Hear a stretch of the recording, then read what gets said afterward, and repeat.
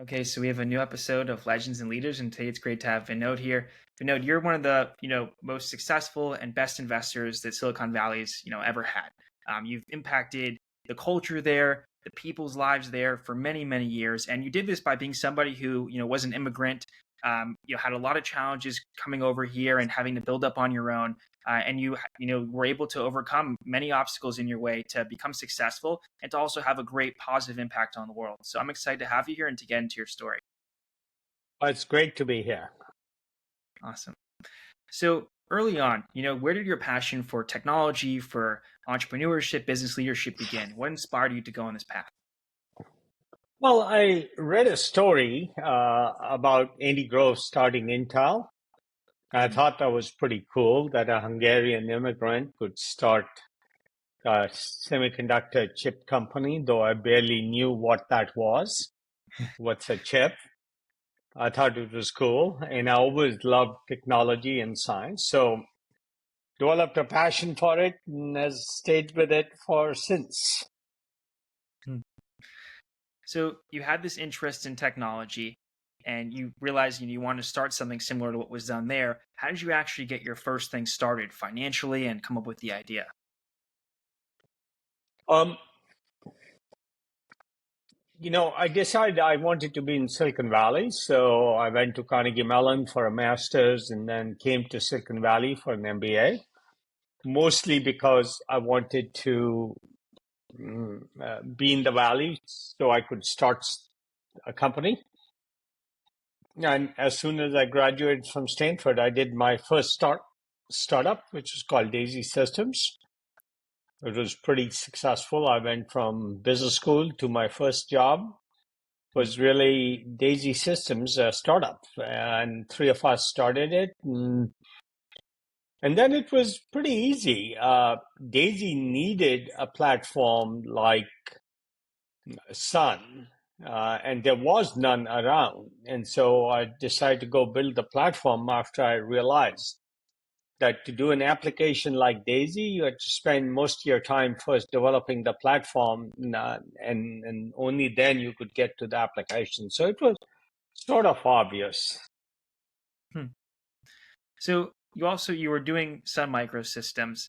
You were able to take it from I think 300,000 in seed money to wound up hitting 1 billion sales in 5 years. What do you think enabled you to really learn these business skills pretty quickly and understand how to scale this technology that you were able to have that type of success? The key thing I tell people is persistence plays a huge role. You have to think from first principles. If you rely on experience, most experience is based on incremental growth, not radical new approaches. And the notion of distributed systems wasn't there. The notion of networking for machines wasn't there. I just thought that was needed especially for an environment like Daisy Systems, which I'd come from. So it was pretty obvious what to build. And then I met Andy Bechtolsheim, and he had pretty close to 3,000 emails, if I remember the numbers right, on what engineers really wanted to work on, or the platform they needed. And that combination of things, and he had built basically the Sun workstation at Stanford University. Sun stands for Stanford University Network. That's where the word Sun came from. And so it all came together. But what it takes, in a general sense, for any entrepreneur is to investigate things from first principles. Don't take experience as the only answer. It's useful input. But by and large, if you're trying to create something new and different, experience won't help you.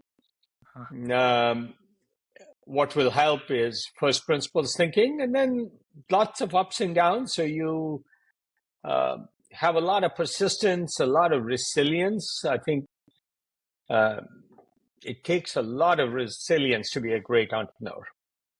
Do you think that resilience is a And by skill? the way, it takes this unusual combination of really high confidence in your ability to figure things out Mm-hmm. while knowing you don't know for sure. It's this very high confidence you'll always figure it out. Low confidence that you know everything. So you ask a lot of questions, you take a lot of input, but in the end, you're making the critical decisions on where to go. It's this very almost schizophrenic, like take a lot of input, be open to input, evaluate it, don't just accept it, and then say, what's the path I'm going to carve out? And that's true today for all entrepreneurs. So you decide to make a shift from building your own companies in the tech space to becoming a VC. What inspired you to want to make that shift? And how did you take the skills that you learned from being your own entrepreneur and apply those to the entrepreneurs you would then work with? Well, Daisy was quite successful. It went public. Sun was pretty successful. And I was sort of, my original goal was sort of more oriented towards, I wanted to be financially independent, and I sort of was already. Mm-hmm. And so then the question was, what else should I do? And I enjoyed mentoring people, but I also liked some other things. And so I thought I'd retire and go do some other things, such as design, which was a passion of mine. But I started part-time at Kleiner Perkins. I wasn't planning on making that a full-time career, but decided I liked mentoring entrepreneurs and giving them advice on what might or might not work and how to approach things. So took it from there, worked almost 20 years at Kleiner. And that was very fruitful. I learned a lot in different areas, but then decided I wanted to do much higher risk, more technology-based startups, and decided to start Khosla Ventures in 2004, after almost 20 years at Kleiner. And here we are almost 20 years after that. And my passion for large innovation hasn't changed. My passion for technology as a way to cause change to happen, technology as a way to impact humanity hasn't changed. And technology as a way to build large, interesting businesses hasn't changed. Mm-hmm. And so I hope 20 years from now, I'll be doing the same thing, health permitting. So Vinod, you have a big focus on improving societal infrastructure and through capitalism and through technology. Why do you care so much about that? Oh, it's nice to solve large problems. Mm-hmm. I could go, what's the alternative? Go play golf? Like, which one would you pick? One sounds exciting. The other one is not. Yeah. Look, golf is challenging too, but challenging without a purpose. And to me, this is challenging with a purpose, but much more challenging, much harder. Mm-hmm. Yeah, it takes a lot of work, a lot of ups and downs, a lot of gut wrenching, and that's what makes a great drama. So, and not many people do it well. Lots of people play golf well, definitely much, much better than me, or do sailing well. But those aren't exciting to me. And by the way, it's really important for me. I'm always learning. So great entrepreneurs, especially technology entrepreneurs, walk in here every day and want to educate me on a new area, whether it's cell therapy or fusion or Mach 5 aircraft or public transit systems. I'm always learning, and now I feel like I've developed an addiction to learning.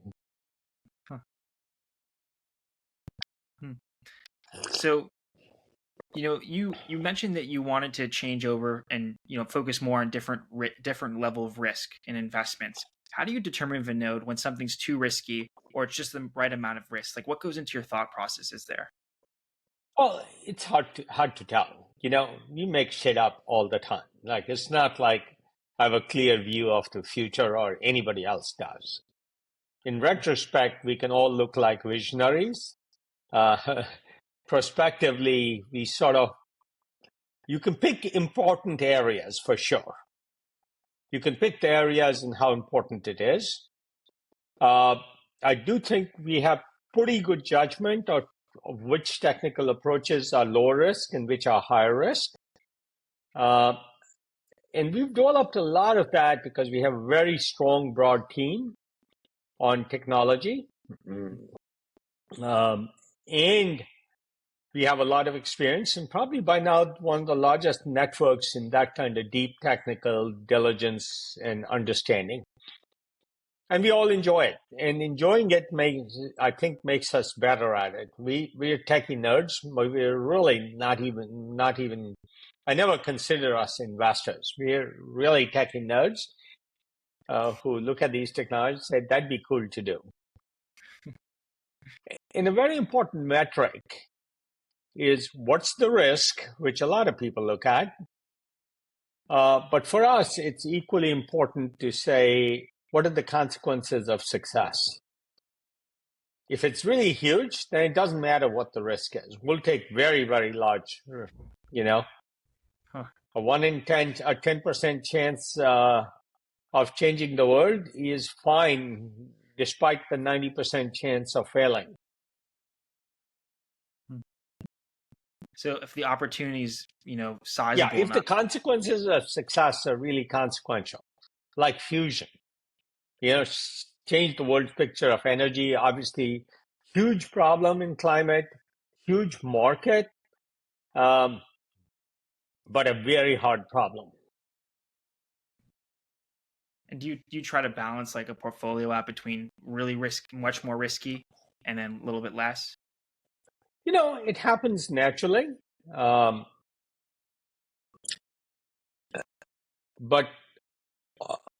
so it does happen naturally. There's a wide range of things.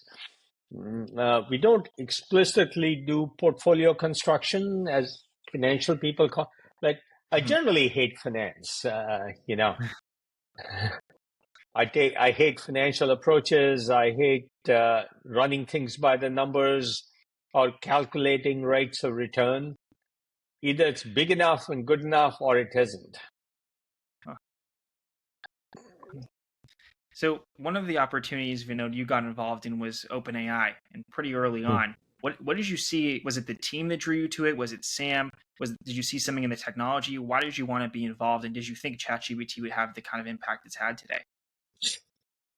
Well, obviously, I couldn't have anticipated the impact ChatGPT would have. I would just say everything I believe about what AI can do today, I believed 20 years ago.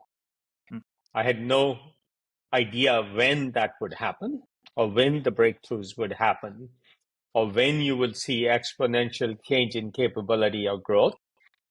And remember, it was 5 years ago, it was late 2018 that we made the decision to invest in OpenAI. And at that point, it was near impossible to tell when there would be a breakthrough. There was no plan for revenue. There was no plan for or schedule, but it was a great team, an area I believe would be huge for humanity if it worked, and sometime a breakthrough would happen. That was sufficient because of the magnitude of the positive impact it would have and magnitude of the company we could build. Of course, it had a great team. Sam and Greg and all awesome team. So those are the main ingredients for any good startup. Great market, great technical approach, and an awesome team. So you were really aligned with the size of opportunity there.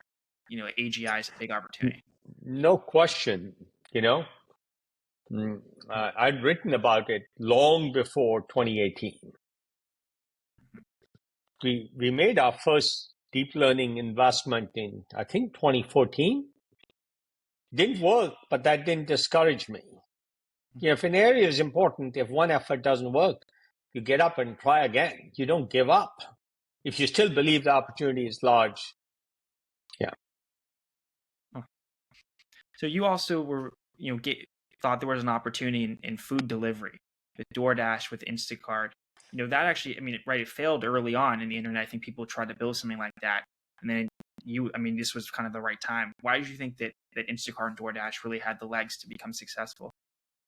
Again, those companies had great entrepreneurs. We knew the market was great. We knew it hadn't been figured out before, but we figured these teams could figure it out because the teams were really, really good. So is there like criteria, Vinod, you look at in people? Like, are there certain qualities that stand out to you that you're like, this is somebody I want to back? Yeah. Well, they ask a lot of questions. They learn a lot. They're not too arrogant. They're confident, yet always trying to figure out what's a new angle, what they can focus in on. Definitely, yeah, a combination of characteristics. I've talked about it earlier. So, with OpenAI and with your focus on AI and where you thought it would be, like, how do you think that these developments that you've been funding are going to impact how people build startups? Do you think that there's going to be different ways that they create companies, a lot more stuff's automated? Like, how do you think that it will change for new startup founders because of the advent of AI today? Well, it's just become easier. Right? Generally, if you look at the last 40 years, every decade, building a startup has become easier because there's more components